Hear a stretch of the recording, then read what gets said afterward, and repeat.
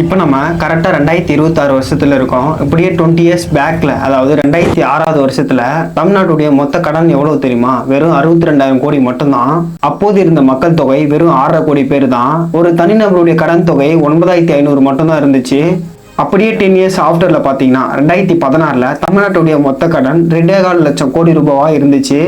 அப்போது நம்ம தமிழகத்துடைய மக்கள் தொகை 7.5 கோடி பேர். ஒரு தனிநபருடைய கடன் 29,850 இருந்துச்சு. அதுவும் 10 இயர் பேக்ல 2006ல் கம்பேர் பண்ணும்போது 4 மடங்கு ஒரு தனிநபருடைய கடனாக மாறி இருந்துச்சு. இப்போ நம்ம கரண்டா 2026ல் இருக்கோம். இந்த ஆண்டுக்கான மக்கள் தொகை கணக்கெடுப்பு இன்னும் நடத்தப்படலை. ஆண்டுதோறும் சராசரி மக்கள் தொகை கணக்கீட்டில் 7.25 கோடி மக்கள் தொகை இருப்பாங்கன்னு சொல்றாங்க. இப்போ கரண்ட்ல தமிழ்நாட்டுடைய மக்கள் தொகை கிட்டத்தட்ட 8.5 கோடிக்கு மேலே போயிட்டு இருக்குது.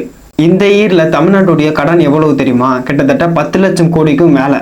இதுல ஸ்பெஷலா பொதுத்துறை, போக்குவரத்து துறை, மின்சாரத்துறை மட்டுமே 3.25 லட்சம் கோடி கிட்ட கடன் வச்சிருக்காங்க. இதெல்லாம் சேர்த்து தமிழ்நாட்டுடைய கடன் தொகை மொத்தமா எவ்வளவு அப்படின்னு பாத்தீங்கன்னா 13.25 லட்சம் கோடி ரூபாய். 7.25 கோடி மக்கள் தொகையில தமிழ்நாட்டில் தற்போது இருக்க மொத்த கடன் தொகை 13.25 லட்சம் கோடி ரூபாயை ஸ்ப்ரெட் பண்ணோம் அப்படின்னா தமிழகத்தில் இருக்கிற ஒவ்வொரு தனிநபருடைய கடனும் 1,69,800 ரூபாவா தனிநபர் கடனா இருக்குது.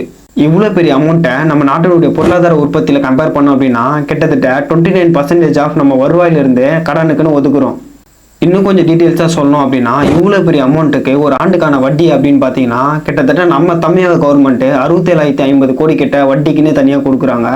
இது தற்போது தமிழகத்தில் இருக்கிற சொந்த வரி வருவாயிலிருந்து கிட்டத்தட்ட 35% ஆஃப் நம்ம இதுக்கு ஒதுக்குறோம்.